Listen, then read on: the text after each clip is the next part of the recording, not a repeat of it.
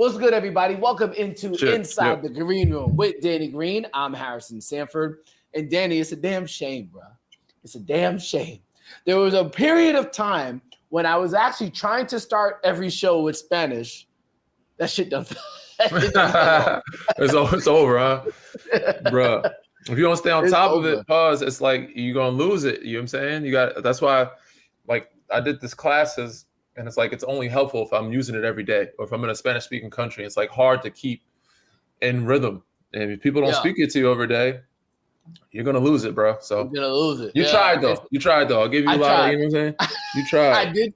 I did try. What happened was my trip to Mexico City, where I know you don't have to learn Spanish, but it was my impetus to start learning, got shifted. I'm no longer going to Mexico City. I'm going to Cabo. And I'm not learning Spanish for Cabo. Like I'm not learning Spanish for Cabo. You can learn Spanish for Cabo. You know what I'm saying? Nah. I don't. My trip to Cabo is a bachelor party. My trip to Mexico City was supposed to be a bachelor party, but I feel like we're not going to be engaged in a lot of culture when we go to Cabo, as opposed to Mexico City. So now my urge to learn Spanish is a wrap. I feel it. Yeah. Before we talk, obviously, y'all, we're going to talk about the NBA draft. We're going to talk about free agency as well. A lot to discuss. But real quick, Danny, where are you going this summer? What is the best location on your travel list, or do you have any travel lined up? I do, man, and a lot of it I wouldn't say is work, but it's not vacation. I have three weddings, so the best part about the weddings is the bachelor guys. The guys get their free weekend, so we do the bachelors right now in Toronto right now for one of them. Vegas is another, and Phoenix is another. But 2 weddings in Texas, 1 in New York, and actually the best trip that was planned that I've had so far brought the family was Chapel Hill. I just left there. It was a hell of a time. I got a chance to hang out, kick with some of the young guys, the coaching staff, see some old friends and family, get them to meet the little one. Brought the dogs, the nanny, wifey. Made a time of it, man. We were there for about a week and a half. It was dope. It was dope to get back to my alma mater. And obviously things have changed. I don't know that campus because everything is different. But it was great to see people, man. And playing the pickup game, it let me know, the young guys let me know that I'm out of shape. I got to get my lateral quickness back, the longitudinal quickness, just running, because I haven't run that much. I had to play. We didn't have a lot of pros back. It's always pros versus current team. We didn't have a lot of bodies, so we had to play a lot of minutes. Hammies, calves getting tightening up. I'm like, I got to get my body in condition for this type of play if I want to, keep playing. But yeah, outside of that, it's mostly weddings. I think B's got a bachelorette she's got to do in Austin, and visiting her family in Houston and some of my family in New York. But no vacations planned yet. So once we get through those, hopefully we can plan a vacation for the family, like in August, maybe somewhere. It is definitely wedding season, that is for sure. You mentioned Chapel Hill. Shout out to Harrison Ingram, who actually got drafted by your former team, the San Antonio Spurs. Which leads us into the NBA draft discussion. A lot to discuss. Bronny going to play with his father. We have a big trade that actually happened before the NBA draft. A lot for us to break down. But first, Danny, your thoughts on the 2-day event for the NBA draft? At first, I was like, it's the dumbest thing ever. You know what I'm saying? Like, this is stupid. But after watching the first day and how long and how late it goes, I forget. Like, and if it's not a great draft, it's boring for a lot of people. You watch like the lotteries, people get excited about those in the first round. But even toward the end of the first round, it gets dry, it gets quiet. People are leaving. People are already starting their partying. To wait for a whole second round throughout the whole night, like a lot of people were late to their own parties. So, I mean, I think that they did extend the time period between each pick. Like, was it 2 minutes before? I think now it's 4 minutes. I don't know. It was 4 minutes today for the second round. Yeah, they said it was 4 minutes too. I think in the past they might have done 2 minutes before in between each pick to make it faster. But ultimately, I think it's better that way. It sucks for some of the guys that wait there for the first round pick and have to wait for the second day. But I think splitting up after watching, I was like, man, that's a long. Like the draft is long. It can get very boring at times. So. To keep people's attention span, break it up into 2 days made sense to me. Yeah, I'm very much a fan of the 2-day event because I'm sure it is a thing that is going to help the NBA make money. There's a reason why the NFL draft, obviously the NFL draft is more around, so you need to have more days. But there's a reason why there is so much of a spectacle of the NFL draft. They make it an event. They make it a TV event to the point where they get a lot of viewership. making your draft more than one day, where the second day could potentially be dominated by trades, by just free agency talk, is a smart maneuver by the NBA. The ratings for it, I assume, will be better than most drafts just because it's a 2-day event. And if you mess around and actually have a star-studded first round, and then you still have some college stars in the second round, or you just have a lot of trades in the second round, you really could be building something. So the NBA did the right thing with the 2-day event. Maybe not the ideal year to start the 2-day event, but it is what it is. With that being said, obviously something big happened in the second round with Bronny playing with LeBron James. We'll get to that in a moment.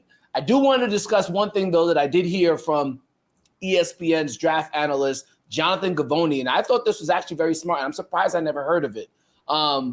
He suggested that if you were not drafted in the first round, that players should be allowed to go back to college. Now, Danny, you've gone through the draft process before, and I'm sure you've had a number of friends, peers who went through the draft process, and it is such a difficult decision to say, yo, I want to stay in the draft knowing that you're going to lose your college eligibility. And I can't even think of the numbers of players, Danny, who lost their opportunity to play college ball because they declared for the draft early and did not get drafted. And there goes your amateur career in basketball, and there goes your professional career in basketball, and you have to settle with playing overseas.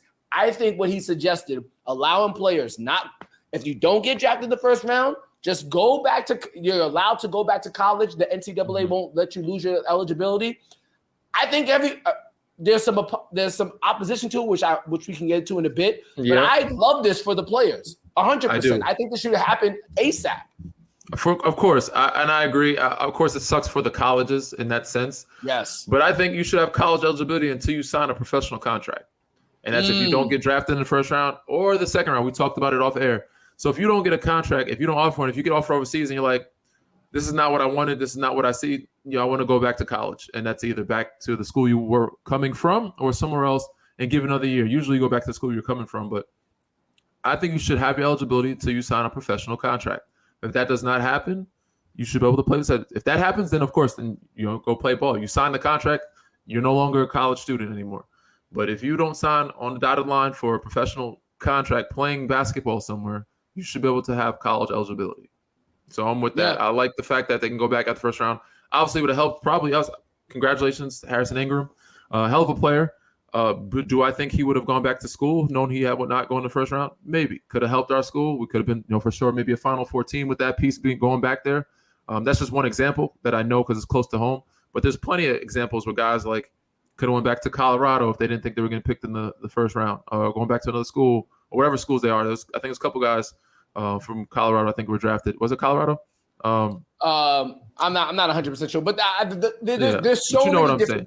I mean, we could think of hundreds of names if we really want to, of players who just like, I guess unless I want to go overseas, it's a wrap for me.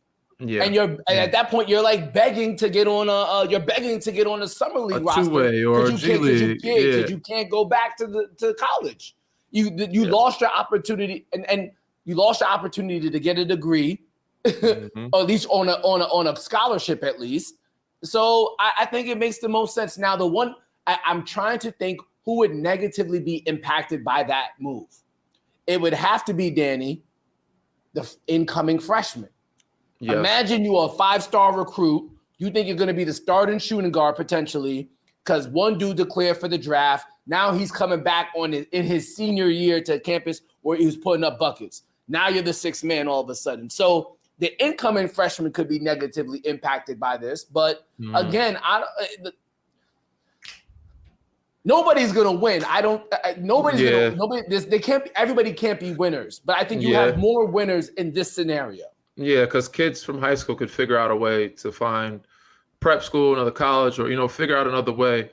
Kids leaving college, there's not many other options but to go, find a job, profession somewhere. You know what I'm saying? Like high school kids, I think they'll have another opportunity to find a spot. You'll have another school willing to take you on if you don't like what happened. And maybe you just push back the signing date or whatever it could be. After the NBA draft, now as college player, now as high school seniors, now I'll sign or whatever it might be. So I think there's workaround. I just hate the fact that I could think of so many players who had to call it quit just because they had the dream. There was an agent who got good or bad information, who got bad information that a guy was going to get drafted in a certain pick, and he didn't end up happening, and now it's all a wrap. Yeah. So, but the work starts now. You can still make a career yourself being a second round. I was a second rounder. You can still work your way up to being, getting money sooner by getting sent on either a contract for a shorter time, then get extended. There's a lot of second round picks that have made very long careers. But it is a lot easier to develop and get that guaranteed money and to get more stability within that first round because they're going to give you for sure 2 years of trying to develop you. Or maybe you just extend it to the people who did not get drafted at all, who don't get a summer league invite or a G League invite. I mean, yes, I guess you got to live. You take a risk in life. You got to live with the results. So there is that lesson that you have to learn in life. But damn, that could be very well. That's a big risk. Yeah, it's a very big risk. Very big risk. And what makes it even more difficult, Danny, particularly for the players who are in America, these international prospects are coming. These international prospects are all over the place now. If you look at the first round of the draft, 4 players from who were born in France were drafted in the first round, which I think is a record for that country. Overall, of the 58 overall picks, 20 of them, 4 first-round picks from France, born in France. Of the 58 total picks, 20 of them. Yeah, the Wemby effect for sure.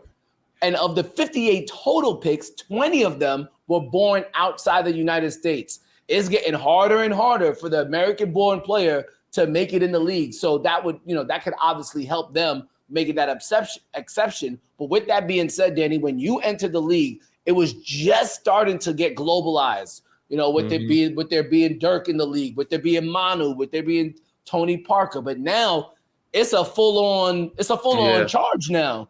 Damn near higher percentage. That's what the argument debate was, is the Europeans taking over the league. It's going to be a European league majority of next 5-10 years. That's what it's looking like. And as Americans, we got to figure out a way to step up and get our fundamentals right. Obviously school is a little different now. A lot of things are going via Zoom and remote. So, we got to find a way to catch up. I don't know what it is we got to do, but they're taking over the game, man.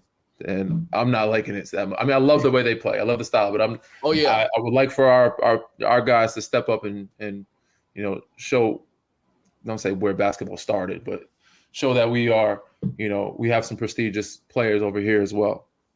Well, there's a couple of things that's working against the American-born player.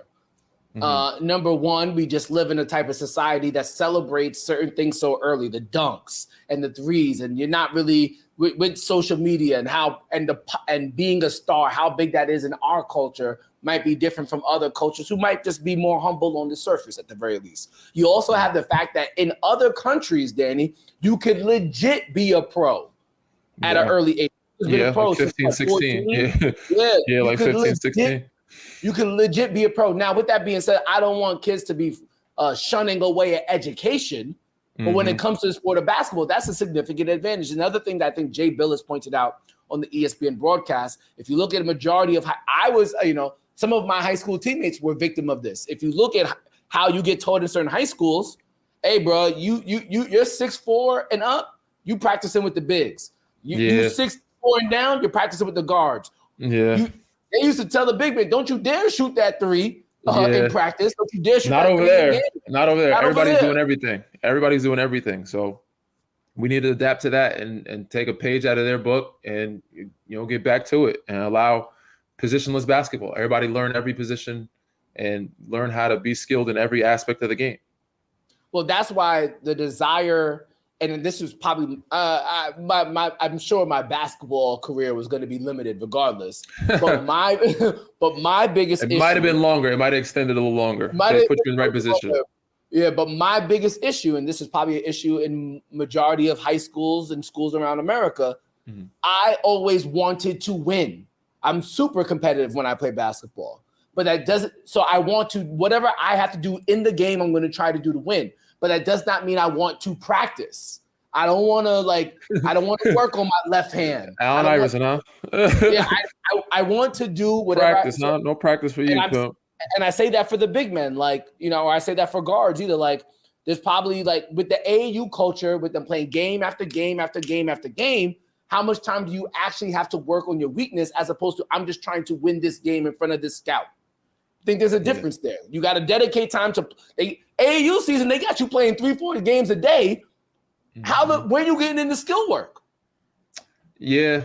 They actually cut the AAU. They cut it down now, so it's not as frequent. They limited the body load. Now they have wellness days. They have not many back-to-backs, so it's different. Back in the day, it was like that. So they have cut it down some. But yes, we have to find time to get into skill work and work on the practices instead working on every position from at young ages and not grouping kids into the bigs, into the guards. And you work on ball handling, you work on passing, you work on shooting, you work on post moves. Everybody should learn everything. And that's why they're so skilled over there. So we need that on our side as well. Yeah, for sure. Looking forward to seeing how the game of basketball does evolve. I mean, all of this influence is only making the game better, making it bigger, which is obviously growing the interest. With that being said, there is going to be a world of interest next year in the Los Angeles Lakers. Why? Because LeBron James will be playing with his son. How spectacular is that? And on the East Coast, we got a legit title contender, baby. Yeah, Knicks fans so happy, which is crazy. We got to talk about, which is crazy. Though, did you see the grades? I sent you the grades that they gave them for that, but I didn't think it was kind of wild. But we should definitely tap into that. We'll talk about that in just a moment. We're going to take a quick break. We'll be right back with more Inside the Green Room.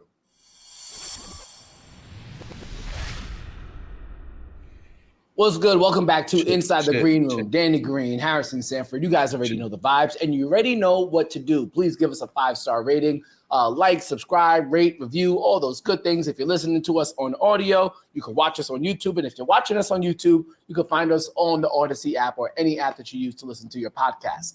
With that being said, it's time to talk about the parade that's going to happen late June 2025 on 7th Avenue. Yeah, you heard me. Here we go. York Knicks, you're predicting it this early. Okay. Yeah, the New York Knicks have gotten right.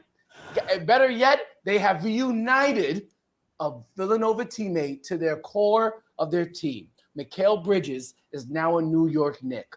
It is beautiful, absolutely beautiful, Danny, to actually root for a team. And before I used to root for the Knicks, this version of the Knicks, because they played hard. And I thought they had a legit chance. And any person listening to this podcast who didn't think the Knicks didn't have a legit chance to challenge the Celtics in the Eastern Conference Finals is lying. But now, Danny, now it is so good to say this and to feel this way, genuinely, not projecting, not hoping, not trying to manifest anything. I truly am happy to say the New York Knicks are an NBA title contender. They are a top 5 team in the NBA. If you don't agree, argue with your parents, because it is top 5 true. Top 5 team in the NBA. Man. They have a glut of what any NBA contender would want. 3-and-D wings. There is a lineup out there, and I'm seeing it now with Jalen Brunson, Mikal Bridges, OG Anunoby, Julius Randle, Mitch Robinson, with Josh Hart, Dante DiVincenzo, and Miles McBride coming off the bench. For those who weren't watching the playoffs last year, and I know y'all were because y'all were listening to the podcast, Josh Hart and Dante DiVincenzo were starting, and now they're coming off the bench. And don't let us mess around and still find a way to bring back Isaiah Hartenstein. If that happens, it's curtains. Wrap it up for the whole league. The New York Knicks are winning a title. Danny, I'm excited, and I don't give a damn.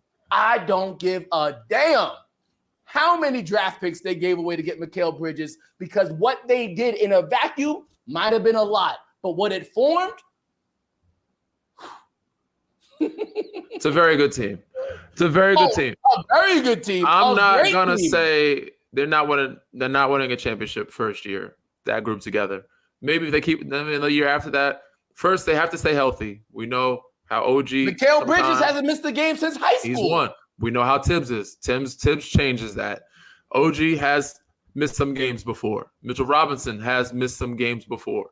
You have guys that have missed games before. So there is a history there. You guys stay healthy. You guys are a really good team. Top 5 in the league. I still got Denver. I still got Boston. I still got Go ahead. I'm still waiting to see what Philly does. I'm waiting to see what Philly. I'm gonna say Minnesota. I said Minnesota. I'm gonna see what Philly does. Philly's cooked, bro. Nah, they got a lot of space. We don't know who they're picking up. We don't know what Golden State's gonna do. Clippers, Golden State. We don't know what they're doing. We'll see. We'll see what happens with Paul George. These teams coming out of the West are very, very good. The East is not as strong. So yes, they're a top 3 team in the East. Let's see what Miami does. 2 team in the East. Well, I got to see what Philly and Miami does still. And Milwaukee. We don't know what Milwaukee is doing. We don't know what those other teams are doing. They're right now, as it stands, yes, they're the second best team in the East with the roster. I still don't think they're better than Boston yet. If Boston stays healthy, that's another issue. But healthy Boston is still beating that New York Knicks team. I don't know if you guys can keep everybody, Mitchell Robinson, Isaiah Hartenstein. They got to get paid too at some point. It's going to be hard to keep everybody. But in the West, we forget we have those juggernauts out there. Denver, Minnesota. Only one team could come out Clippers. the West. Only one team can survive. One can come out the West for sure. But those teams are still better. You said top 5 team in the league. So we're talking about in the league. Got Denver, Minnesota. Dallas is up there. We'll see what they're doing moving wise. Clippers is another one. And we said we don't know what moves Golden State is going to make yet. If they get Paul George or not, that's a different wave thrown into the ocean. That's a different wave coming out of the ocean that we won't expect. Sure. For sure. They are a very good team. I'm glad Knicks fans are excited, crying tears of joy. It's a good move. The Villanova Knicks now. Hopefully, Mikel can keep that Iron Man streak going and not getting hurt with Tibbs, going to play him a lot of minutes. So, yeah, they have a good group. And you have some depth now because, at the wing spot with him, Julius, OG, you guys can switch down multiple lines. You're not just small with Dante and Jalen, Josh Hart. A lot of big guards that can rebound and do a multitude of things. So it's a very good roster, man. The crazy thing to me is, I'm from New York. I'm the Knicks fans. Some of them are happy. They're still thinking we need another piece. We need another ball handler. I'm like, what more do you want? Goddamn, we want the Olympic team. Like, this is not enough. You got everything. They're like, we need another ball handler. What? Why? What else do you need? What more are you asking for? You guys want the Olympic team in New York? Like, you got everything you could ask for, and they're still like, we're missing a piece. So you're excited. Other Knicks fans I've talked to, they are excited, but they're like, we're still missing something. So that's where it stands. I can understand why certain Knicks fans might feel that way. And I just would say, look how Julius Randle played when OG Anunoby got there. He was more of a ball mover. He was more of a playmaker. He was averaging, I think, 5 assists. So we've seen what Jalen Brunson did in the playoffs. If Julius Randle can have his regular season form in the playoffs with those wings around him, yeah. It'll open up the floor for him a lot. It'll open the floor for Jalen a lot. It'll open the floor for everybody. But we'll see how he operates. Obviously, it looks great on paper. We'll see how the chemistry goes when it actually is put together. Can Julius do that without the ball as much? He's not going to touch the ball as much. Jalen off the ball as much. Mikel, all those 3 guys off the ball as much. We know Mikel can do it because he did it in Phoenix. Josh Hart does it fine. DiVincenzo does it okay. But Jalen and Julius are the guys. Are they going to be okay with getting less touches and be still effective? I know Jalen can because he's very effective either way. Julius, he's a guy that needs a rhythm. He needs to touch the ball to feel and like he's not only involved, but he has to feel like he's in good rhythm by doing that. Yeah, that's going to be the challenge for him. But if he's up to the challenge, boy, oh boy, can it be something? And real quick, Danny. Actually, we'll save this. You mentioned the 76ers. We'll save that for the end of the show. But let's go to the West Coast now, where LeBron James has to be the proudest father in America right now with his son, Bronny James, getting got his name called Los Angeles Laker. Not only exactly. Not even just being on the Lakers, but actually getting his name called, albeit in the second round, getting picked.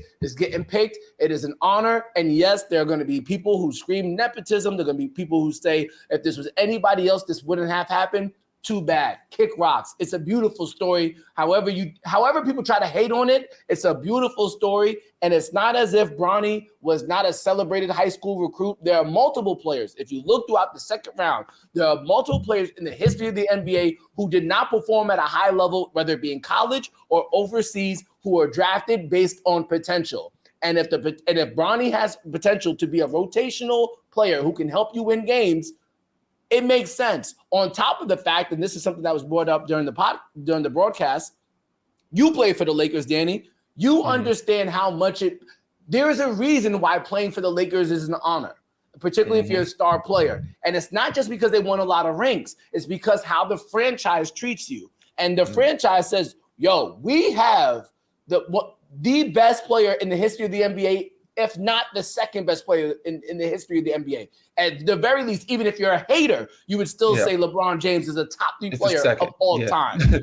Even if you're a hater, you can't go worse than number 3. And that's if you're a hater. With that being said, we got that caliber of player in our franchise. You know what? We're going to treat him differently. Point blank, period. The world isn't fair, y'all. And if LeBron has a son who is capable, not saying it's guaranteed, but he is capable of potentially doing something great for their team, hey, bring him on in. It's a second round pick when you look down on it, and it's not really a great draft. Yeah, I have no problem with it at all, Danny. What are your thoughts on the whole thing? Not just the significance of this moment, but the commentary that you know is coming about it. I mean, I'm happy for them. I'm happy for Bronny. He got his name called. I'm happy for Bron. He gets to have his dream come true as well, to play with his son. So it's a great, obviously he's a friend of mine, a teammate of mine that I had in the past. So, there's a bias there in that sense. And so I have no problems either. I've seen nepotism throughout the whole league, throughout every year, not just this situation, and not just this league, not this job. I see it everywhere. So I'm going to say it's never an issue, but people understand it. People know what it is. Like, this shouldn't be a bigger deal because it's on this stage or this level. It goes everywhere, from coaching to employees to front office to podcasts to ESPN, to getting jobs there. Everywhere, it happens. It's who you know. It's not about, it's a little bit about what you know, but it's more of who you know. And that's how most people get in positions. Most people get jobs. So, and that's how the world works. So people to be surprised by it or offended by it or thinking it's ridiculous. Even the JJ job. You think JJ gets his job without having Bron being behind him on this? Like, he's a very good high IQ guy and a very good basketball player, but I'm sure that relationship helps, him being comfortable with that situation. So the relationships, they mean a lot in every part of the world, in every business that you come across. So I said I have no problems with it. It's not a big deal. I'm happy for him, happy for them. He got his name called. They got the job done. The Lakers, this is going to be a fun, special moment for the league. Now it's like, how many years does Bron actually play? I think this is the year. This might be his last one. And he signed a 3-year deal, I think, or he was going to. They were talking about him signing a 3-year deal to go back. I'm sure he'll sign it. A 2+1. Yeah, I don't see him playing more than – I see him playing this 1 year. And I don't know if he'll play another one after this. It's just hard to keep that going. But each year he keeps surprising me, so I don't know. But I'm predicting one year with Bronny and then calling it quits and let Bronny do his own thing. So, but it's a celebration for them, a celebration for the Lakers. They got a good first-round pick with Connect, who's a special player. I thought he was really good. I thought he went lower than I expected him to go because he was a senior and a little bit older. But it reminds me a lot of a Mike Miller, Tyler Hero. Like he reminds me of one of those guys that can really fill it up. So he's going to be special for them.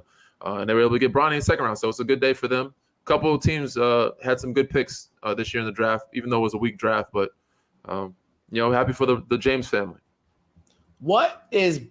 You've never been in this position before. Bronny is entering the league in the most unique position.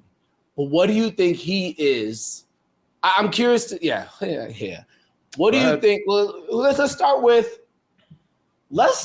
number one, because you were in that locker room.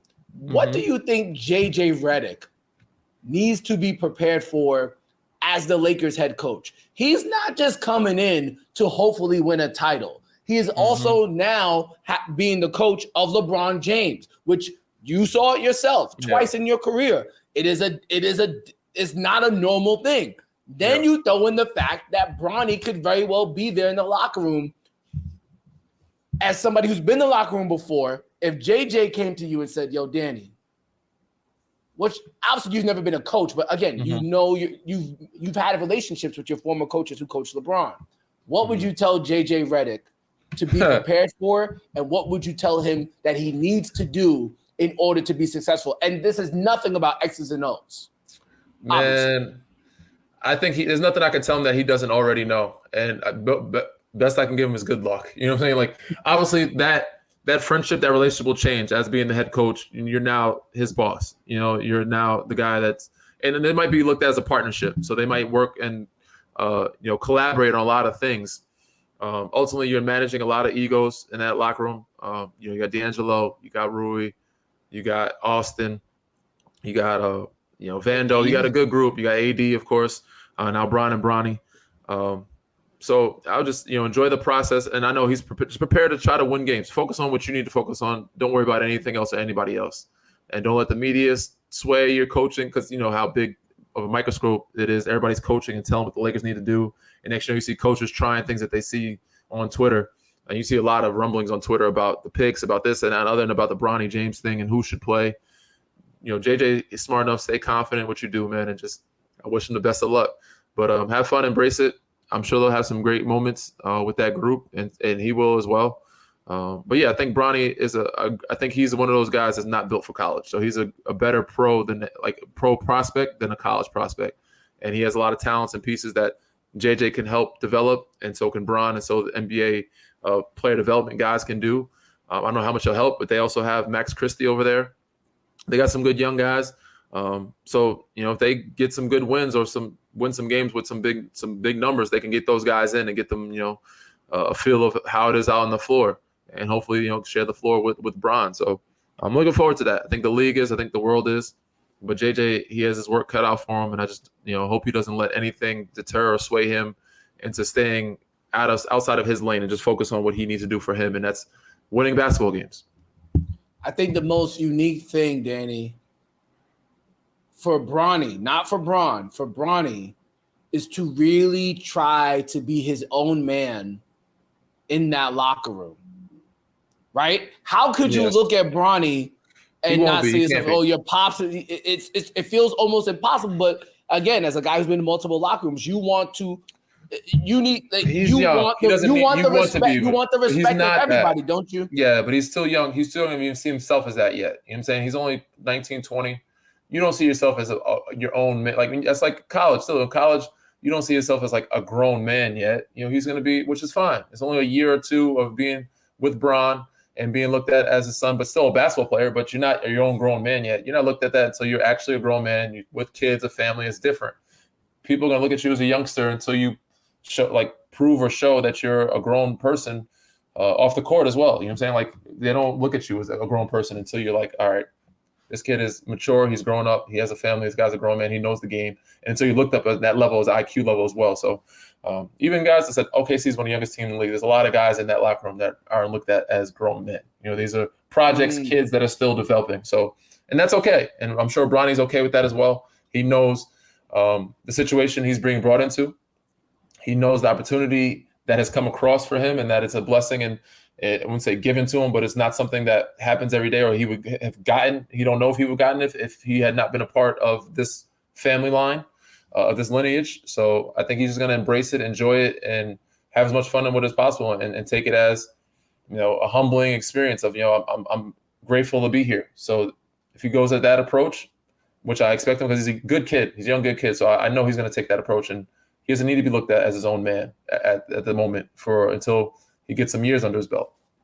Yeah, I think there's going to definitely be some interesting commentary around him, particularly if he actually makes it to the big game, doesn't play in the G League, makes it up and puts on an actual Lakers jersey, not a South Bay Lakers jersey, a Los Angeles Lakers jersey. If he puts that on and actually gets in a game, what a fascinating moment that will be. I think the league and Adam Silver have to be ecstatic again with the new TV deal coming up. Well, I can only imagine the TV ratings, Danny, when this happens. Oh my God. Yeah. Woo! Oh my goodness. It is going to be fascinating television. Before we get out of here, real quick thoughts on free agency. Number one, Danny, you mentioned it earlier. Oh my goodness. I would love. I'm going to tell you one thing I'm looking forward to or that I want to see, and then one team that I'm actually worried about. I'm listening. Worried might be number one. I don't want to see Steph Curry miss the playoffs again. Like, we understand we are coming towards the end of the greatest shooter of all time's career. I don't want to see him miss the playoffs again. What I want to see, Daddy, is Paul George get opted to his contract, go to the and get traded. Agree. Well, yeah, and then agree to a 4-year deal. You can give him Jonathan Kuminga, Moses Moody, whatever you got to do. And then Kuminga?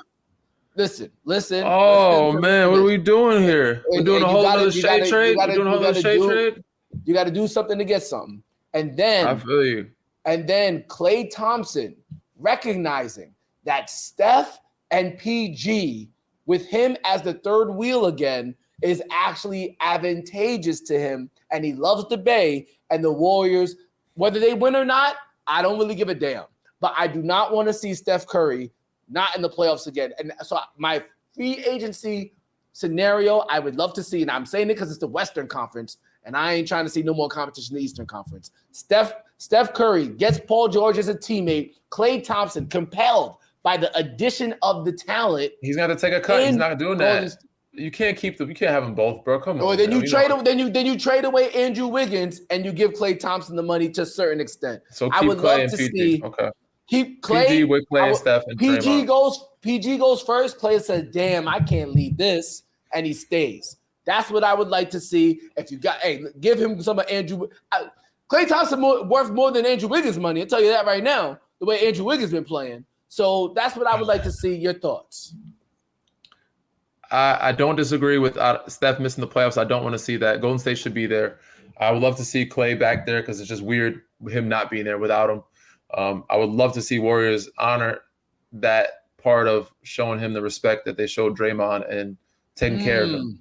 That's the first and foremost. The PG situation, does he need a new scenery? Possibly, maybe. I do want to see a splash in the league. So I would like that. I wouldn't mind seeing him go back as well, but I would like to see a splash, a change in the league to where it's like, all right, there's another armed forces coming back and, Clippers figuring it out. So yeah, I think I'm with you on that. But I said it's going to take some movement on some pieces. I don't like the fact that I'm letting go of Kuminga. That's not the move. Now Wiggins or CP, okay, Wiggins, you sign and trade CP, like that type of situation. But Kuminga, too valuable, brother. I can't do it. To me, it's like the Shea trade. Not saying that he has potential. I don't think he'll be MVP caliber player, but Shea is. So I don't know, but he's so good. He's so young. He's your future. You can't let that go. You only have that group for 2 years with PG coming there. So you got 2 years. Now what happens after that? You just go into the dumps? No, you got to keep Kuminga. You got to keep Zemski. You got to keep those guys. Trace Jackson. You got to keep them. Fair enough. One team, and then let's go to the Eastern Conference now. And I'm sorry to our producer, James, but I'm about to go in. One team that I don't want to see make any moves. And Danny, as a Knicks fan, I am predicting that it's going to get real loud and disruptive and upsetting in the city of Philadelphia. I don't think Paul George wants to go there. I don't think he wants to go at all. He don't want to leave the West. He does not want to leave the West Coast. He don't want to leave the West Coast. Jimmy Butler, a report from Shams Charania has come out. Jimmy Butler is he has made it all known that he wants to return to Miami, and he's planning on having an elite season so that he can go into free agency next offseason. Mm-hmm. Now, we're hearing reports that the New Orleans Pelicans are not interested in giving Brandon Ingram a contract extension. I don't think he fits in Philadelphia. If Philadelphia trades for him, I don't think that really does anything. I think it helps him a lot. If you lose Tobias, I think it gives you, that similar play. If you lose Tobias, he's not the one. He's not. Okay. He's a good player, but he's not the one. I'm not saying he's the one to make you win a championship, but he's definitely a good piece to have, especially if you lose a player like Tobias. You need somebody to fill that role. He averaged 14 points per game in the first round of the playoffs. They could do what he's not. What do you average for the season? Still, the season is different. He averaged 14 points per game in the first round of the playoffs, and they benched him at the end of certain games. He had injuries, man. He had an injury that they were trying to, you know what I'm saying, figure it out. They were trying to like help him find his rhythm. He was on minute restriction. He's not doing nothing for me. Maybe with that said, I am predicting the scenario, Danny. And again, I'm saying this with my Knicks bias heart, where the Sixers are going to enter the biggest offseason so far in the Joel Embiid era with upwards of $65 million, and they're not going to be able to spend it wisely. I think they're going to end up. You don't think? I think they're going to have money to give, not getting anybody or just spend it on nobody, like anybody that's. I think Joel Embiid and Tyrese Maxey are a very good duo. I think Sixers fans are going to have to be prepared for not getting a third star at $20 million a year. It's going to have to be the 2-star program, and I don't know how many other quality players that'll be left that's going to want to go there. How many quality role players are really out there to justify the money that they're probably going to have to spend to keep them around? I think in the marketplace, I could only really see KCP as a good fit for them, honestly. I don't see any there's no star out there that I think wants to go there. Yeah. I don't know, man. I like Nick Nurse. Again, I already told you how to try to go shopping with the Bulls. DeMar? I don't know. Nah, that don't fit. Zach LaVine. I'm not doing Zach LaVine and Tyrese Maxey in the backcourt. I'm not. Got you. I don't disagree with you on here. I mean, it's going to be interesting. They're going to have money to spend, but who are they going to get? They're going to have to overpay and entice somebody to come. They're going to end up spending too much money on a player that's not that's not really worth the expenditure. And I think they're going to have to punt until next free agency. Not free. They're going to have to punt to the trading deadline. Yeah, we'll see. We'll see how Dow got the extension. We'll see what he does with it. So. We said it before. Biggest offseason for the Philadelphia 76ers. Under a lot of pressure. Yeah, under a lot of pressure. Oh. Well, free agency starts on Sunday, everybody. Best believe we will be talking about it. Word. So make sure you stay tuned inside the green room. Danny Green, Harrison Sanford. You guys already know the vibes. We'll see you next time. Read, rate, subscribe, review. Peace.